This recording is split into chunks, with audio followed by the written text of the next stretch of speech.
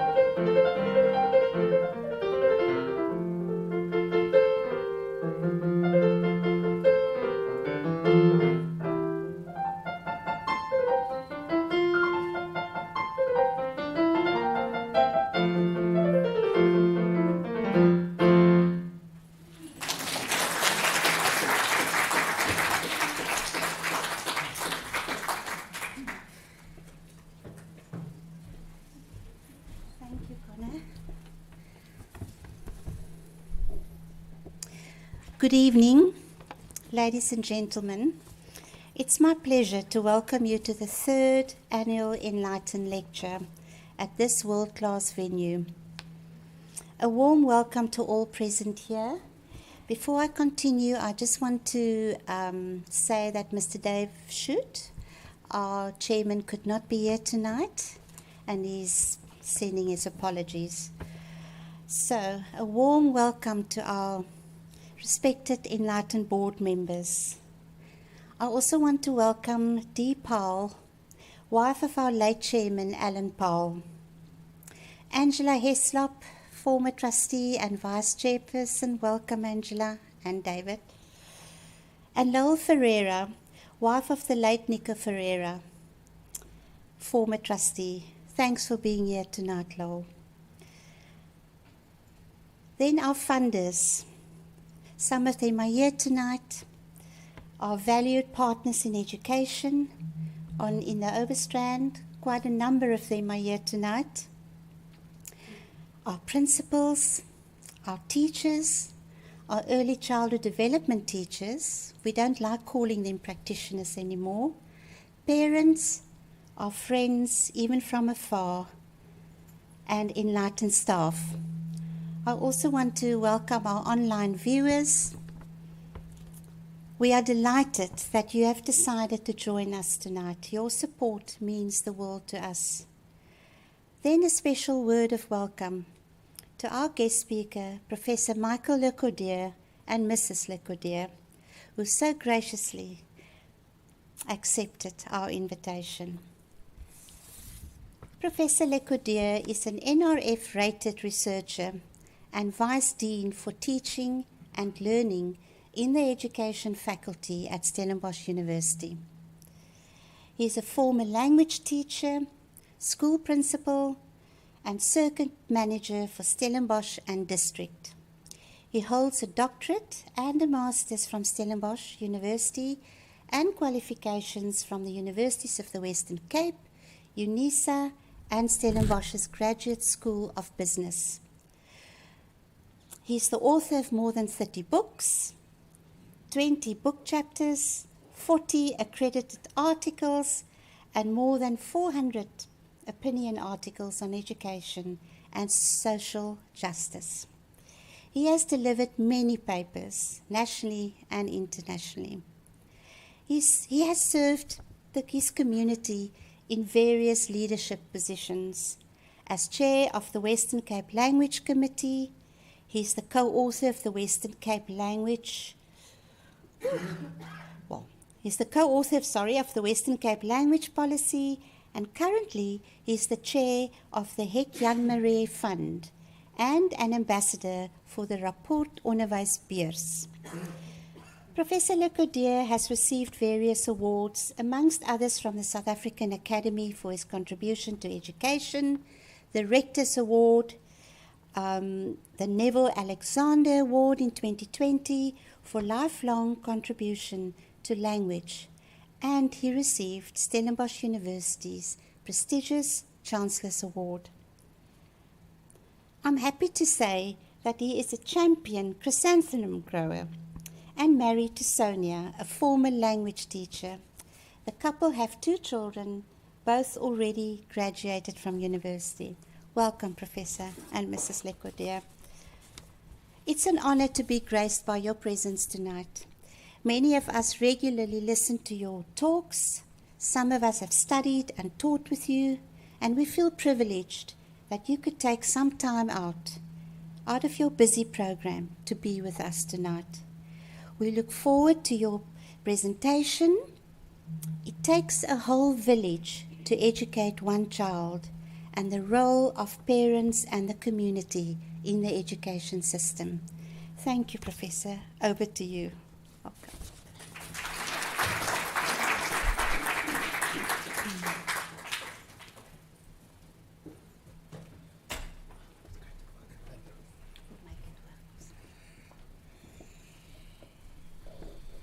Thank you, Mrs. Peter, and good afternoon.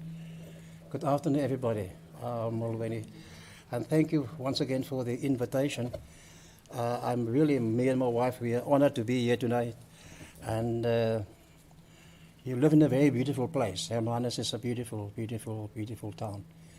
And we came a bit earlier and really enjoyed ourselves looking around and looking at the sea and all these wonderful things that we can look from here.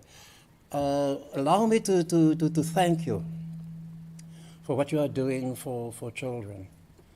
Let me also congratulate you with all your achievements.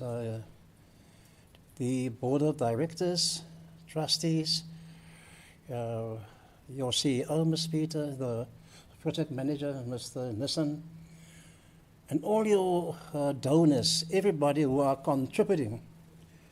Can you hear? No, speak up a bit. Yeah, I'm a bit tall, so I'm going to stand closer to the microphone. Hopefully it will help. You must just tell me if it doesn't. But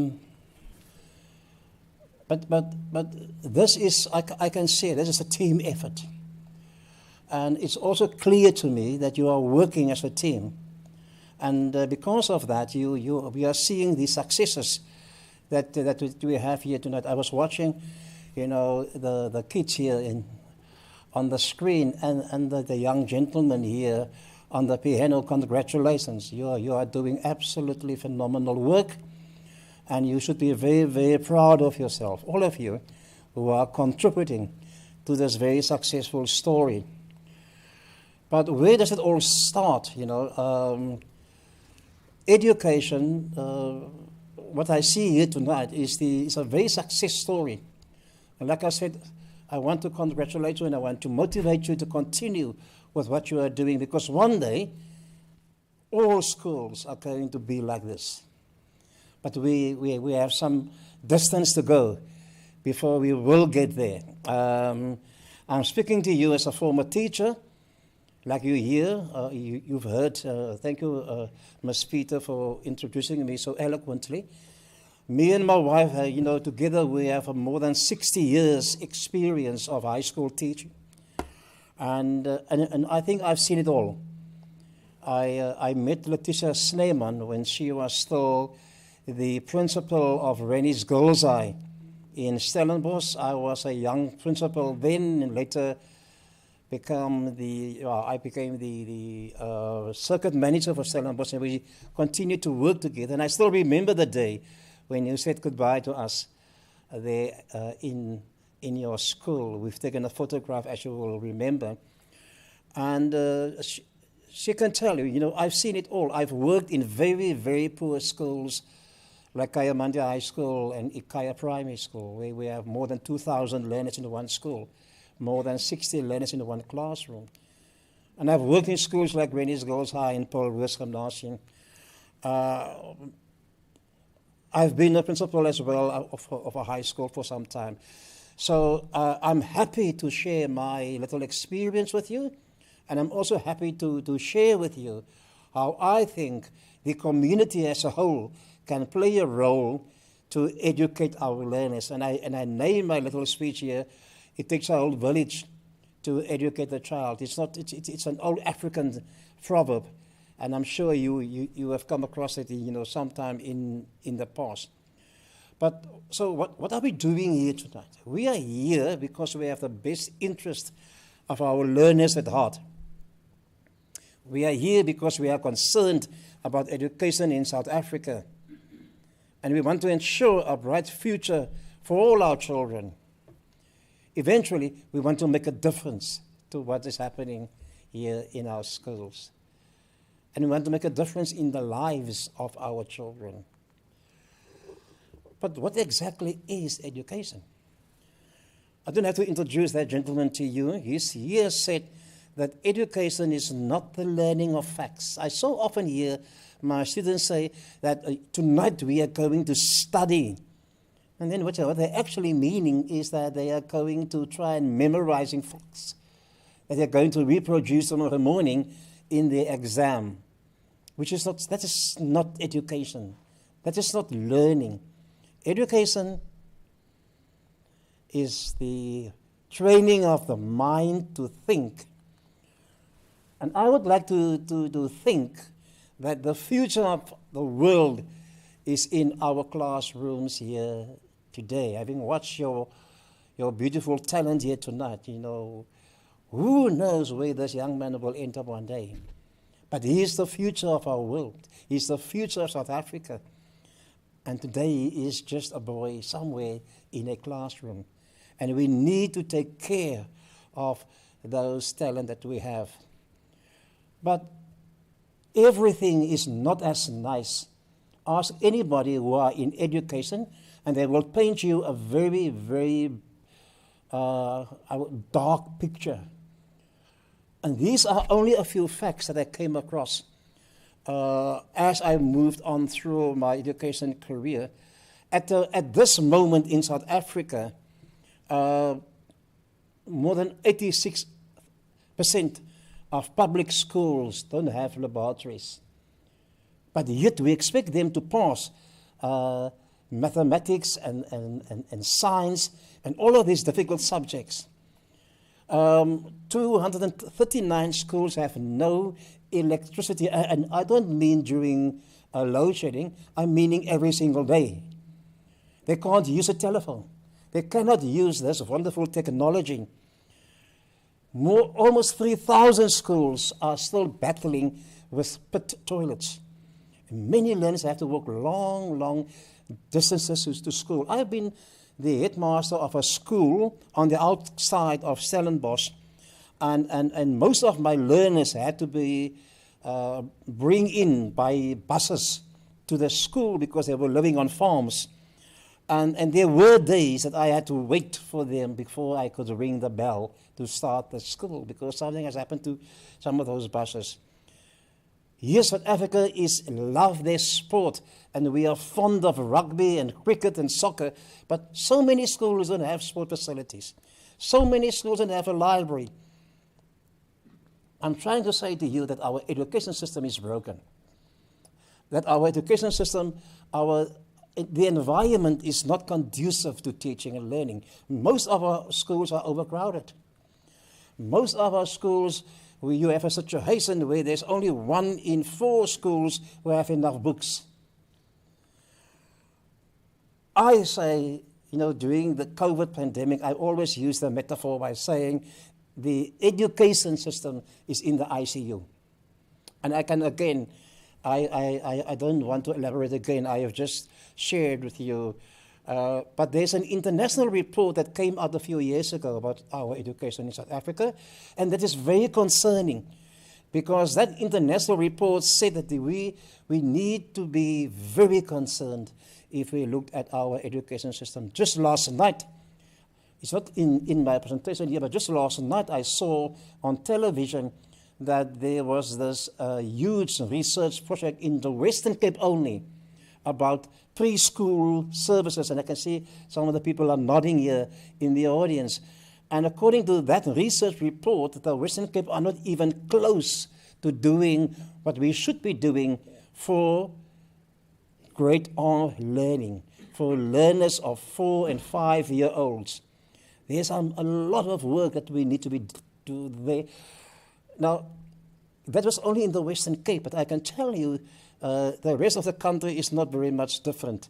So yes, I'm concerned about the violence in our schools. This beautiful mathematics teacher was killed a while ago on the school premises.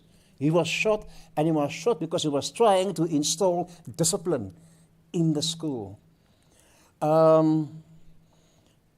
This is in Afrikaans, but what I'm trying to say to you is that there are so many things happening in our schools today. Students who don't know anything about our heritage, and we are moving towards Heritage Day next week, trying to play a game where they are selling learners like slaves, not knowing that they themselves are the descendants of slaves. We are constantly hearing about issues about racism, etc., etc. I don't have to tell you about this terrible case just on the other side of town here in Caledon, what happened there with that beautiful girl, and the whole scenario that going around with, and I see this more and more happening. More and more of our learners are getting hurt at school. And I'm beginning to wonder, how are we going to ensure that our learners can be safe at school? Because school was supposed to be a place for safety. And how can a learner of 17 stabbing his classmate 15 years, and the girl was stabbed with a knife 14 times? Now, where do you stab a girl if you stab her 14 times? I mean, can you imagine yourself in that picture? And so our education system are literally in deep water. No matter about kids, who can't go to school. At the moment that we have a situation in South Africa that many of our kids go to school under very, very terrible circumstances. And so I'm here, I've written a book, in fact, about this issue. There is a lot of crises in our education system, but I'm here to tell you that every single crisis gives you also an opportunity. And that is exactly what I've seen here today, here in your town, in your schools, what you are doing here. And so I'm going to skip this video because I don't have the time, but to share it with you. But it's a video that I've made of what's happening in some of our schools. And what I've heard, what I hear is from this video is a learner saying to the teacher, I promise you I don't use drugs. I will never ever run away again. I promise. I promise. My father don't want me anymore, because they wanted to send him to his father. You cannot send me away, because if you send me away, I will not finish school. Because the teacher saying that we have to send you away to a school for learners who are suffering from behavioral problems.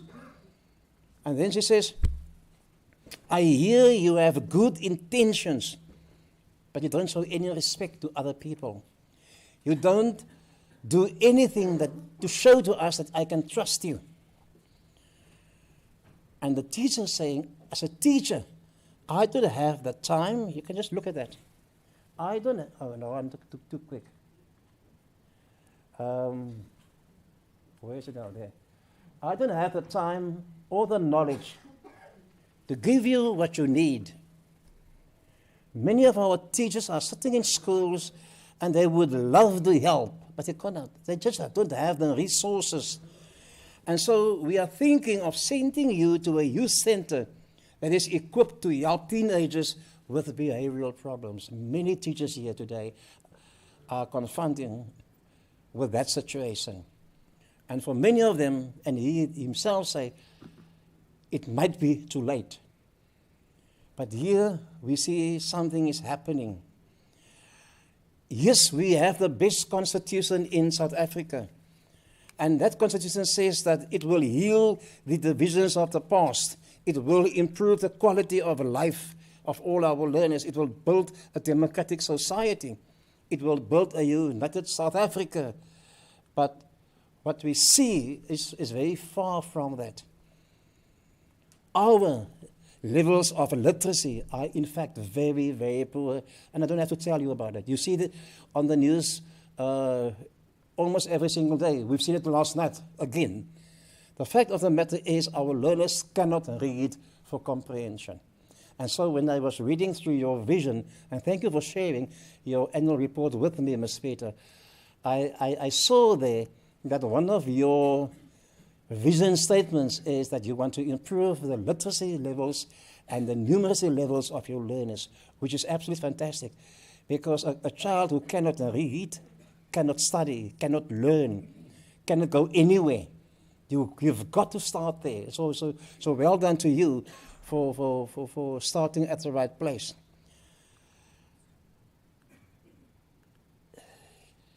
If you compare South Africa, look there, with countries like Egypt, Morocco, Kuwait, Iran, and Denmark, we are worse. In fact, we have fared the worst of all countries that was tested a while ago. We came last, in fact. Because we still have learners that had to go to school under a tree. And I've used specifically this photograph because the teacher here is wearing a T-shirt with MTN on that T-shirt to show you that this is not somewhere else far in the world. This is here in South Africa. You all know MTN. It is one of the the biggest cell phone companies in South Africa. And it's actually very a great contradiction that you have MTN showcased here in this photo, whilst the learners are going to school under a tree. And I can easily now pose the question, so why is MTN not doing something about the situation of these learners? Which brings me back to the fact that you have these wonderful, wonderful sponsors. And we must be so grateful that they are prepared to come on board and to support our education system, to support our learners. Yes, I can see that your learners are ready for the fourth industrial revolution. I can see that. And many of the things that I've now shown to you is because, and I always go to Aristotle when I'm looking for answers, is because too many of us are trying to educate a child without educating the heart of that learner. You can't just focus on curriculum all the time. You can't just focus on content in the classroom. You will have to focus as well on educating a child in a holistic way. And you have showcased to us here tonight that you are in fact doing it. Having seen those learners playing those musical instruments tells me that you are looking at the child in a holistic way. And that's exactly where we should be going. So well done to you. Ladies and gentlemen and colleagues and friends, we have to listen to our learners today. Gone are the days that we will tell learners what to do. Learners today have a voice of their own. And if we're not going to listen to them, they are going to speak up. And they're going to speak up in this way, that you don't want it. So we have a choice. We can listen to them or they will speak to us. I'm here to tell you that for an education system to be successful, we will have to follow the triangle of teaching. Now, there are three parts in that triangle. It's the learner, student, it is the teacher, and it is the parent or the community, that is you. And we sometimes underestimate the value that the village can bring to education, the value that you as a community and parent can bring to the education situation. And I'm telling you, and you can ask any engineer, they will tell you that you cannot build any good structure today without triangles in that particular building. It is the strongest construction that you can get. So why aren't we doing it in education? So well done to you that you have realized that it is not just about the student and the teacher. We need also the community to come into play. I've also seen in your vision statement that you want to enhance the skill set of your learners. And skills are very important. Skills like critical thinking. Skills like analyzing, evaluating, and creating new knowledge. Because that's what we need if we want to prepare our learners for the future. I've been a teacher, and those of you who have been teachers will know that being a teacher today, you also have to be a few other things. Ask anybody. Sometimes you have to be the parent of the child. In many cases, you are the only parent. You must be a lawyer. You must be the social worker, the pastoral carer, the psychologist. Sometimes you must even be the life coach and the police to tell them you cannot hurt other people. And sometimes you as teacher must also police the parents, because that's what the Bella new law is all about. One of those articles says that if parents don't send their kids to school, you can take them to court and they can go to jail. Yes, a teacher must sometimes also be the policeman. And sometimes you must even be the judge. Because you must sit with parents, and you must sit with learners, and you must decide now what's going to happen now, and how I'm going to solve this problem. It is a bit much, because at Stellenbosch University, we are trying, it is not just about subject knowledge anymore. We are trying to develop skills as well. We are trying to contribute to the environment and to social development. But I'm telling you tonight, and I'm honest about it, we are not very successful. Not even at Stellenbosch University. Why? Because we need the parents to come on board as well. I think we are not involving parents enough. And that is why I think we are in fact struggling. Mr. Wilskett, those of you who are school principals, my heart goes out to you. You have a mammoth task. You must be a judge. You must know your constitution. You must know the Schools Act. You must be an expert in finances. And if you look at what's happening over there in Caledon, you must know how to release a press statement. We are not trained for that. Nobody told us how to release a press statement if one of your girls are murdered on the school premises. But you must do it. You must find a way to do it. Yes, you must have the wisdom of Solomon, and you must have the patience of Job. It's a very difficult task. Well done that you are doing so well. I'm concerned, I'm telling you today, I'm concerned about the wellness of our teachers. And I'm sure you are as well. So, teacher absenteeism has been singled out by learners as their biggest problem. They don't say, we don't have books, we don't have a school, we don't have classrooms. They say, we don't have teachers. It is your job, parents and community, to give them teachers. 50% of our teachers are leaving the teaching profession within the first 5 years of service. Hell, can you imagine that? I'm wondering, wow, how is it that I'm still standing here? How are you doing, Mr. Wolskott, or all the other teachers here who are still in the trade, going there to school? Because high levels of stress, heavy workload, a challenging working environment cause for burnout. You cannot deny it anymore. But there's a solution. I'm getting towards the end now. Our dear, beloved President, Mr. Mandela, said, education is the most powerful weapon that we can use to change the world. And that is exactly what you are doing down here in Hermanus. We can and we should make a difference. Parents need to come together in meetings as often as you can. And please try and sit in circles, looking each other in the eye, talking to one another. Because if you involve the parent into your classroom, if you invite your parents and your community to come into your classroom, there are so many good communication.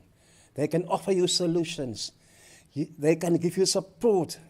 We can build a community amongst parents. What I see here tonight, you have built a community of concerned parents and concerned communities, which is wonderful for education. And there's a whole list of things what you can do. You can be the advocate for your child. You can shape their educational experiences. You can take them on hikes, take them on visits to educational places. But most of all, you can build a positive and a parent-teacher relationship. Because if there is not a good vibe between the school and the community, education is going to suffer. If you, as a community, work with your teachers, it creates more engaged and excited learners. Parental involvement plays a critical role, ladies and gentlemen, in the students of academic success. You cannot deny that. However, just a word of caution, never overstep on the teacher's terrain. We do have this situation that some of our people, they feel entitled. Please be careful. Entitlement is the enemy of education. Stay in your line. Show mutual respect for one another. Work together. And please follow school policies. Remain also neutral wherever you can. Parents can do so many things for our learners. You can come in and you can do some reading classes. But beware of working in silos. Try and get everybody on board, because at the end of the day, we are all working towards one goal. Don't work in silos, work together, and I'm sure you have learned to do that. And be kind. When I used to be a principal, teachers would send their learners to the office when they were naughty, and then they expect you now to give that child a very good hiding. And so when the kid eventually returns to class, and then they ask, what happened? What did gebeur met jou? No, the principal was talking so nicely with me. So nicely, they actually left the office crying. Try a little tenderness. Try to be kind. You will be so surprised how many you can achieve if you are kind. And work as a team. You cannot underestimate teamwork. This team consists of 2 learners at school, and they represent our country at the Olympics. And they were up against, like for instance, the American team, who consists of 4 Olympic champions.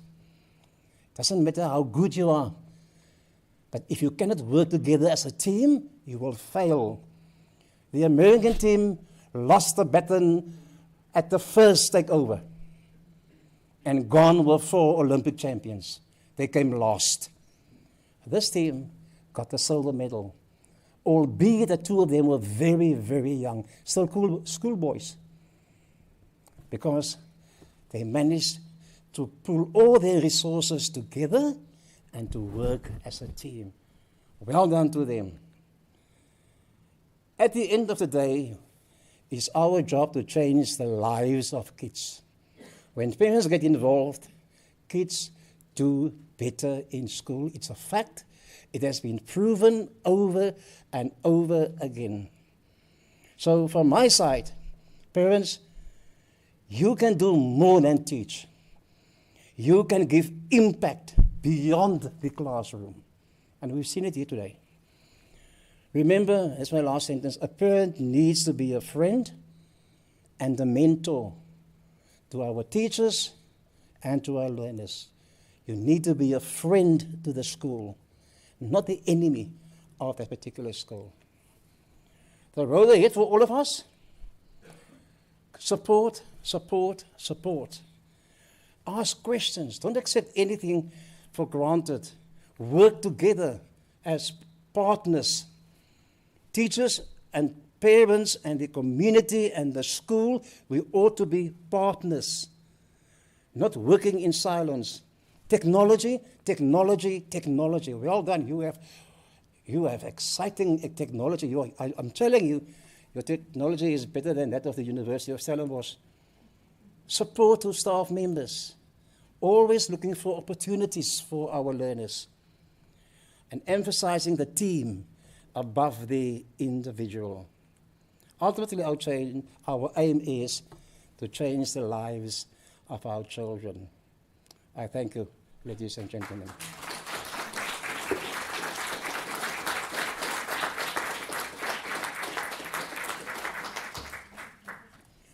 I am happy to take a few questions, if you so wish. Mr. Nissan? Okay.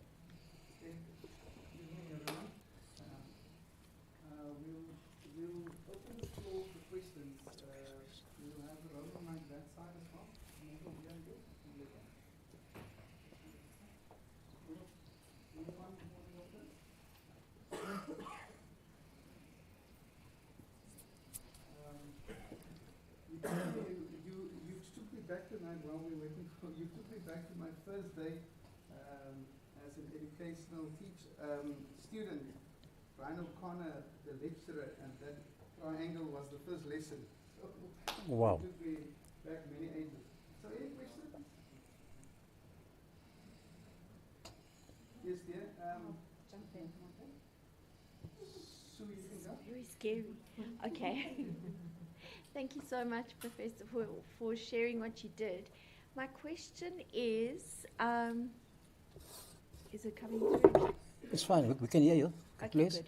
So my question is, you talk about getting the community involved. In talking to teachers and principals of various schools, the main theme that seems to come through is the difficulty in getting those parents to get involved with you. So how do we overcome that in order to involve the rest of the community? Yes, thank you. It's a very good question. It's also a very difficult question.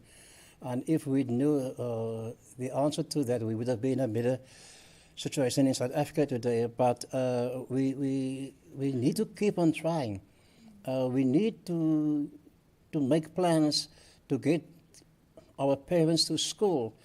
And we need to be creative. We need to think of ways of how we can get them to school in whatever it takes. And I don't want to use examples that the politicians are going to use, but if it takes then that you need to have our learners to perform here with the music, then that is what it's going to take. If we need many of them, and I know you are mostly referring here to schools with less resources. If they don't have transport to get to school meetings, then maybe the school must go to the parents. Maybe we must have satellite meetings if they are sitting outside there on various farms or whatever. Then we must perhaps, if they cannot come to the mountain, then we must go to them. We must reach out in various ways. It will, of course, ask of our teachers to be much, much committed, because you will have to send a teacher to this corner of the city. Somebody else will have to go to the other corner of town. But somehow we've got to get the message out.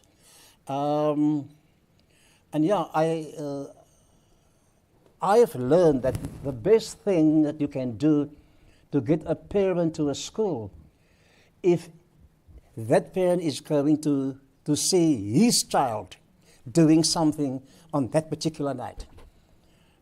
If that child is going to perform, if he or she is going to sing or do something, if he or she is going to participate in Miss Hermana's primary school, you will get the parents there. So maybe it's time for us to engage in those kind of activities. And it requires from a school to also have a full-time marketing person. You know, if you don't have those kind of skills on your staff, then we must ask some of our parents. They are working outside in the marketing world and asking them for ideas. We have, luckily for us today, we have cell phones and we have WhatsApp. So we must use that technology in order to get the message across. It's difficult. I don't have a quick fix answer for you. All I'm saying, it is possible, but it's going to take some hard work. But I'm sure you guys are prepared to work hard, because what I see here can only come, you know, if there is a lot of hard work. Rob, is there anyone else? Back, Mabel. Just hang on, please. We need to speak in the mic because we're live streaming as well. I'm Yes. Karen, and I'm doing the art project at Enlighten. I just want to say, like you said, get the parents together. I had just a tea last year at Enlighten, and almost so many children's parents came because you have to let them know in advance. And then I've got now a WhatsApp group with almost all my learners' parents. We let them know what's happening in advance and all that. It has made such a change. They know everything what's happening. Wow. So WhatsApp does help, even if one person in the family have a phone, and you just encourage them and tell them a few months in advance what's going to happen or whatever. Oh. Something with the child, just the idea. But Well done. Well done, well done. Congratulations. I think you've got the skill set here amongst yourselves. So well done to you. Like I said, it is possible, but it's hard work, as you say. And it is also dedicated hard work. But yes, well done. Good example to all of us. Professor, I'm struggling with my audience tonight. Where's those people of last year? There's one. Priscilla. Just a question, Prof. Are we all get a book for free tonight? You don't have to answer, it's okay. No. The answer on your question is no. Had I known, then we could have made a plan. But it's fine. We can certainly send you a few books to Ms. Peter. I'm actually doing it all the time, but for somehow me and my wife we have forgotten to bring a few books along. Just the other day we were in Friedenberg in Saldanha Bay, and I think we left about 20 or so odd books there. And where's Mr. Pedro? I see on your annual report he is serving on your board of trustees. He can tell you that I've left quite a few books there at his school, because I've been to his school as well. His school doesn't know about it. I'll speak to Mr. Pedro. He apologized. Because it's his birthday today. No, it's his matrix ball tonight. Okay, that's important. At the Pedro's, yeah. That's important. You must go there. Yeah, he actually asked me to take a photo of you and put it. I must photo edit, because every year with the annual lecture he takes a photo with the speaker. So, and it's in his office. I think it's in his office at school. So yeah, that's Mr. Pedro. Is there anyone else? Yes, there's 1 and 2. 1. Just hang on, please, for the mic. I'm Anne. I don't know whether this is... That is a new version of a microphone. I guess it was designed by somebody here in Hermanus, but please go ahead.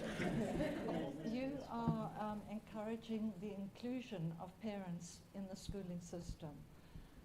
Is the Bella Bill now Act going to not exclude parents to a large degree? Well, I'm not the president, but I think there are a few things there. For one, I'm positive. The fact that he has, look, we can speak to one another tonight. There's a lot of good things in the Bella legislation. Let us not make any mistake about that. There are good things about it. This morning I was saying, for instance, the emphasis on preschool learning is very important. The emphasis of learners or parents who are reluctant to send their kids to school, that they are going to be brought to book. That is a positive thing. But there are two articles that are problematic. And the one is about the language policy, and the other one is about, what is it now? On the board. Yes, the admission policy, and of course the fact that your governing body no longer have the final word on that. But the mere fact that Mr. Ramaphosa have listened to the public, and it's for me positive, because it tells you that here we have a president who are willing to listen, and now he has referred it back for further consultation, which gives me a lot of hope. And I'm just saying we have 3 months. And we must make it count in this. And I'm saying to everybody, the new Minister of Education, and everybody, public, you as well as a community, we must get involved, and you must let your voice be heard, because we have an opportunity to make a difference, like I've said here in my presentation. So we only have 3 months, and we must make it count. I am still positive that the President will not take a decision that will be to the detriment of our schools and, of course, to our learners, because ultimately it's about our learners. It's about them, and it's about their well-being. So what I'm saying to you is it has not been approved finally. We still have 3 months, and we must all work together to make it count. And hopefully, and that's a very important thing, we must all be willing to contribute. And we must be prepared to say to ourselves, when one negotiates, you will have to give something of yourself as well. You can't have everything. Sometimes you have to give a little in order to win a little. And somehow there in the middle, there is the good spot. And we must look for that to find each other. And I think that is where, if we can go into those negotiations with an open mindset, then I'm very positive that we will get to a solution. So hopefully, 3 months, make it count. Yeah, I think we need to have a class for parents as well these days, because the parents getting younger and younger. Yeah. Is there? Evening. Prof, on the first slide, you said that we should promote critical thinking. As a novice teacher, how do you know that you promote, like you're training your learners to be critical thinkers in the classroom during lessons? Yeah, it's a good question. Thank you for that question. And we have to teach learners to be critical. And that goes for everything, not just for what has been said in the classroom, but also what they read on social media, what they read, because many of them just go to Dr. Google, and Dr. Google will tell them this and this and the other, but we must also tell them they must be critical of what they read on the internet. Not everything that Google will tell you is true. So I think I also said you must ask questions. Why? And encourage your learners in class to ask some questions. When you're finished with your lesson, you must give them an opportunity to speak. On the very first day when I go to my classes, and I'm almost done, I will tell them that welcome to this class. I am going to do my best to give you 50% of the curriculum, half. The other half will come from you. You as learners, you are very clever and you are very talented. So you will go and look for me for the other half, and you will make a 50% contribution to this class, because you are clever and you are creative. And if you can think in a critical way, you will be able to make a contribution. And when they do make such contributions, showcase it. Take time and showcase what they are doing.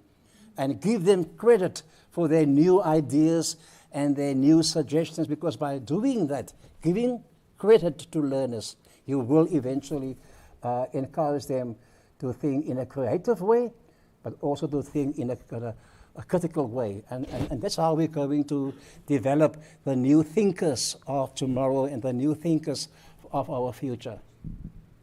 Thank you, Prof. Is there another one? We will share, Professor. You're welcome to do that, yes. We will share the presentation. Yes. Yes. The content is very rich and very progressive, and I think it will be good. For all those that have registered for the annual lecture, we will share.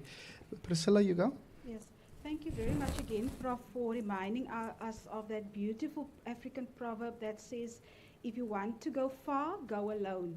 If you want to go fast, go alone. If you want to go far, go together. So thank you for that, for reminding us through your presentation. Just a question, and you've touched on funding for schools. How can schools, the Quinta 1 to 3 schools, how can they position themselves of attracting funding? We know that a lot of development initiatives doesn't need funding. You don't need money to get the basics right. But how do they position themselves to get attraction for funding, because they don't have the money to pay full-time fundraisers and marketers for their schools? Yeah, it's a very good question. And having been a school principal myself, I know exactly what you are referring to. You know, as the headmaster of a school, you write a letter to the local supermarket, and then you get yesterday's cake, you know, and then you must make a raffle of it. And then maybe you can earn about 50 or 60 rand with that. But that was in the old days. Now we have all the technology, and you have a school full of parents. Say, for instance, you have 1,000 parents in your school. You know, and I know that, you know, on pension day, they all go to ShopRite. Okay? Let's be honest about it. They don't go to Woolworths. They don't go to Check, they go to ShopRite. So that's where you start, because, and ask your learners to bring those invoices, those, all those slippies, bring it to school, put it together, and go see the manager of your local ShopRite store and say, so listen, on pension day, this is what my parents have spent in your shop. Now, do you think it is fair if I can ask you for a 10% give back on this amount? Only 10%. I don't want it all, but can you give me 10% or 5%? You must realize that you have bargaining space. You have bargaining tools, but we are not using that. At first, it's going to be difficult, but slowly but surely, you will grow a relationship with that floor manager or the shop manager, and eventually you will become friends. Invite him to your evening where you are presenting your learners with their prices, and tell your parents, this is the manager of ShopRite. He has sponsored us with the following 5 trophies. And his wife is going to present the trophies to our learners. Get him involved as well. I'm sure you will make some way forward, because I know it's difficult, but I can tell from experience that you will get some success.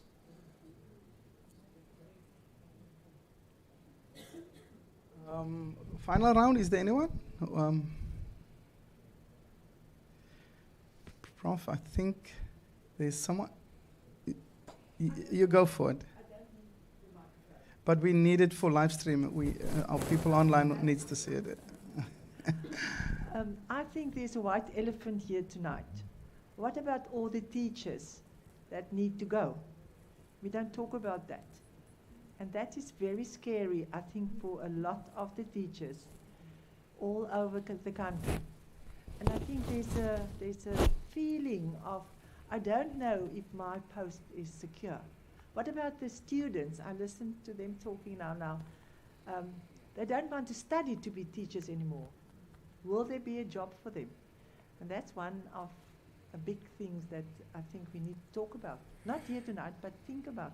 But let me respond, albeit in a very short way. Thank you for alerting us to that. I think it's very important for us to think about it and to say something at least about that.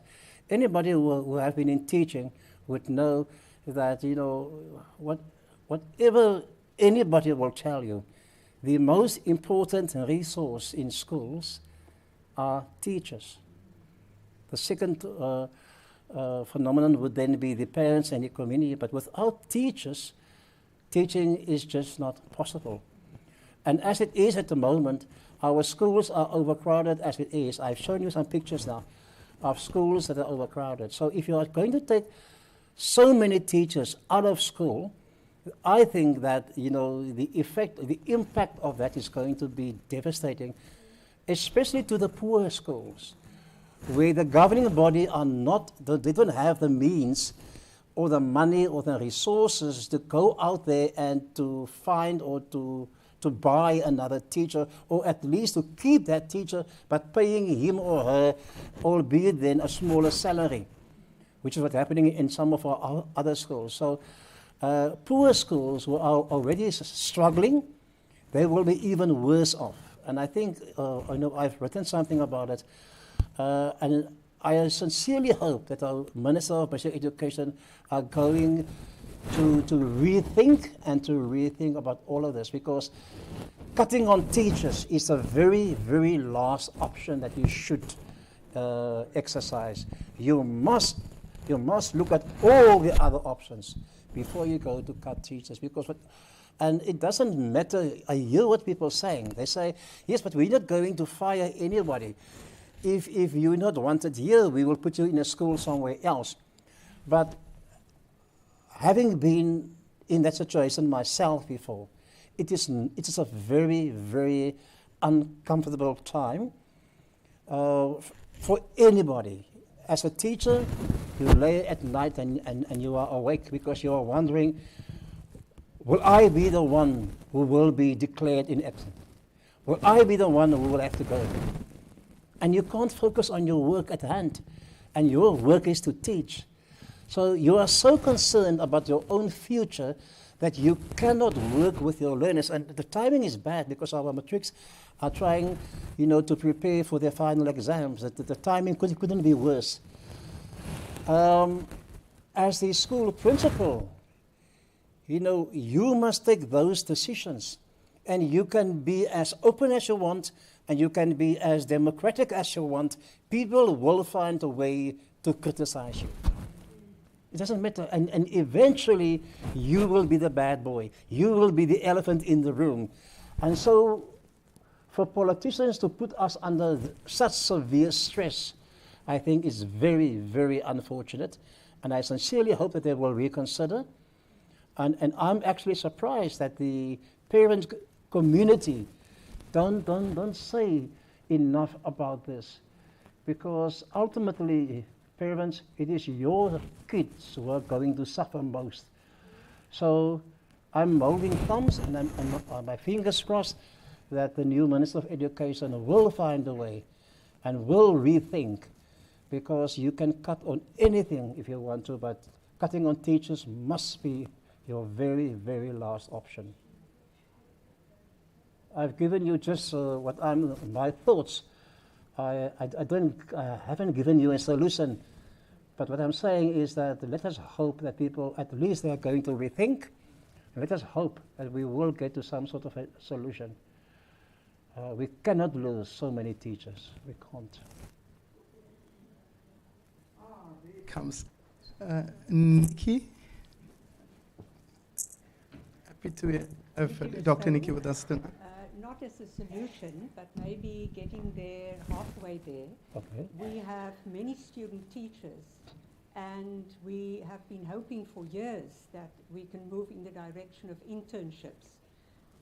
If we employ our student teachers in schools, then it will certainly help with the problem. Yes, well done. That is certainly halfway there. It just goes to show. And then, of course, the other solution, or part of the solution could be, for parents to go back to school. There is something that you can do at school if you are a parent, whether it is coaching on the sporting field or helping with a feeding scheme or whatever. You don't have to teach, but there will be something for our parents to do. So once again, we are back to where we started off the year tonight, and that is to say that we need our parents as much as we are needing the teachers. We need both of you in order to secure effective teaching for our learners. Thank you. Thank you for that, Nikki. Is there anyone else? Thirds, seconds, first? It's gone. Yeah, I'm a bit disappointed that Theo didn't have a question tonight, but Mabel, can you come to the front and while Professor is still in front, and just do your item on the agenda, please? Just to say thank you very much for all the questions. It's been very intriguing, you know, to interact with a parent community like yourself. It's nice. You've been a wonderful audience. Thank you. Oh. You can come up, Michael.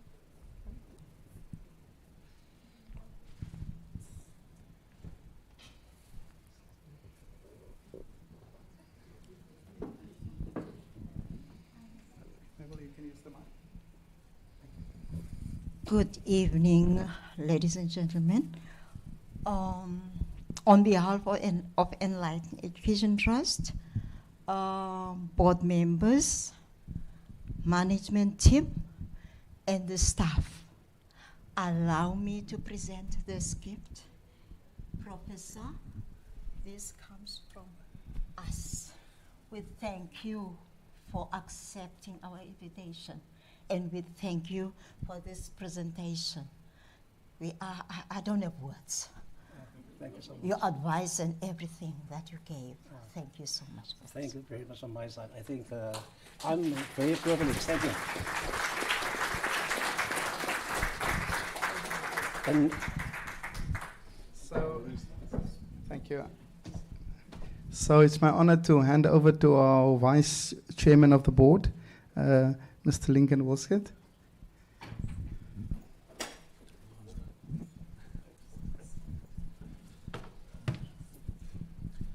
Good evening, everybody.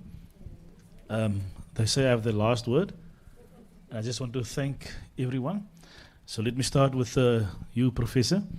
Thank you for gracing us with your presence tonight and for your presentation. Simple, realistic picture of what is happening, but also the insights that you've given to us.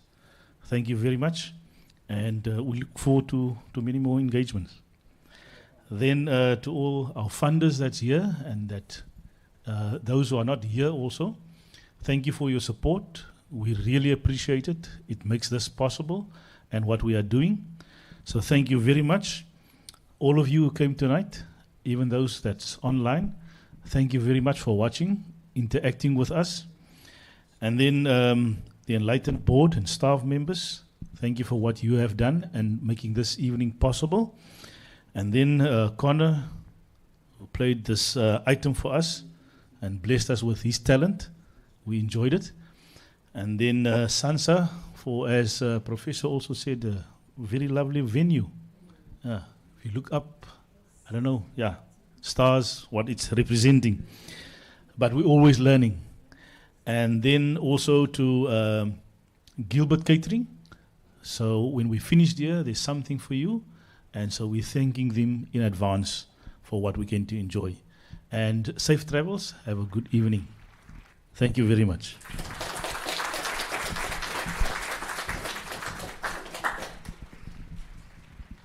Thank you so much. Please join us for a nice fellowship outside. Thank you, ladies and gentlemen.